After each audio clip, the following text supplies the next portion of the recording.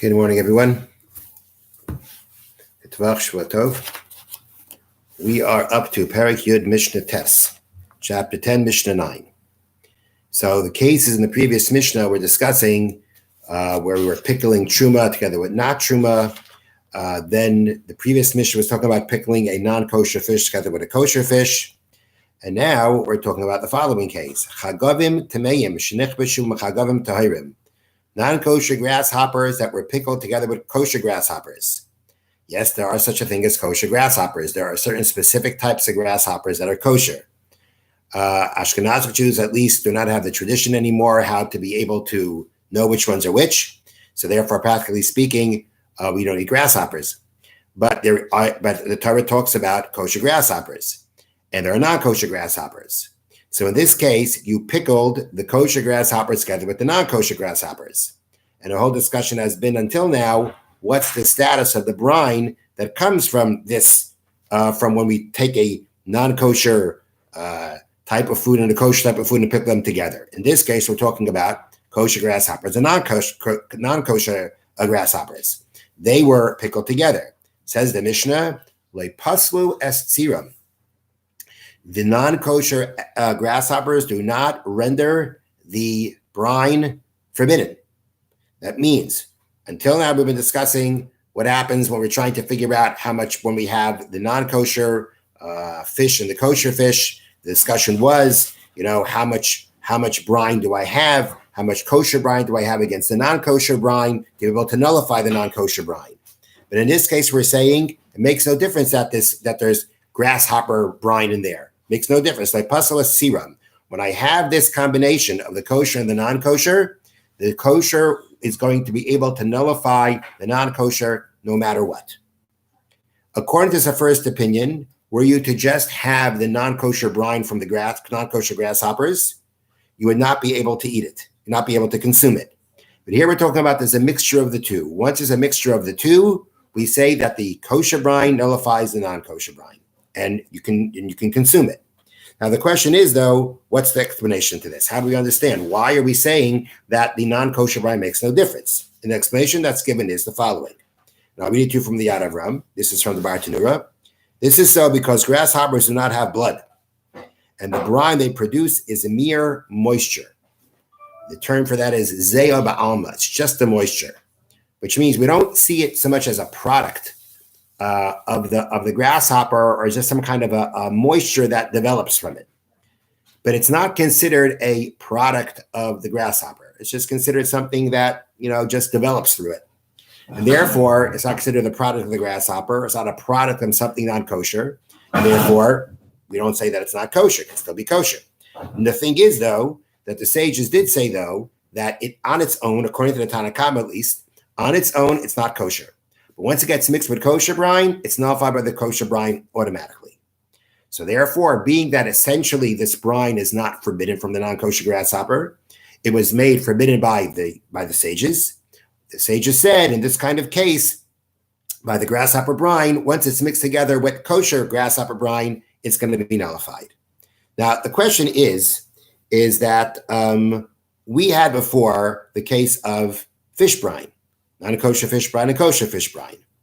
And there we said that you need to have a certain amount of the kosher fish brine to nullify the non-kosher fish brine, even though that brine also is categorized as zeya ba'alma, just as mere moisture. It's really the same. It develops the same way.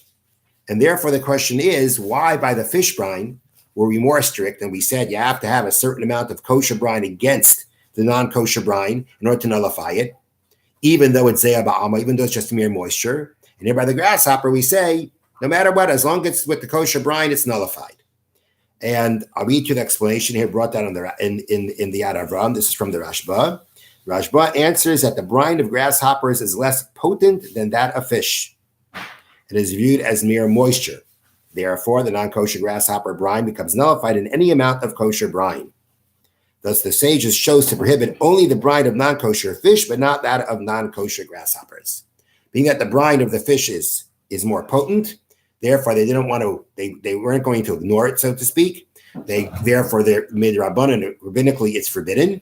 Therefore, we say you need a certain amount of the kosher brine, of the kosher fish brine, to nullify the non-kosher fish brine.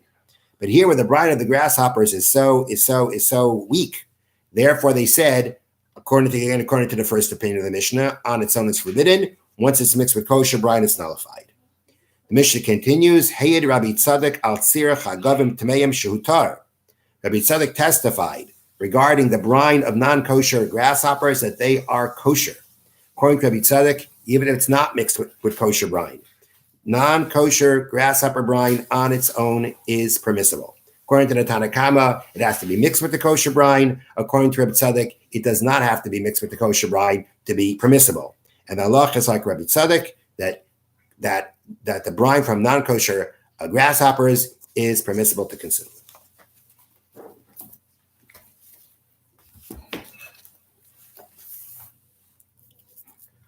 Okay, the next mitzvah. Prohibition against living in the land of Egypt. Shenamar, as the pasuk states, you shall not return on this path anymore, referring to going back to Egypt. You want to go there to do business, that you can do. Prohibition is only on settling there. Now the Chavetz Chaim goes into something very interesting regarding leaving Eretz Yisrael in general. I'm going to read to you what it says.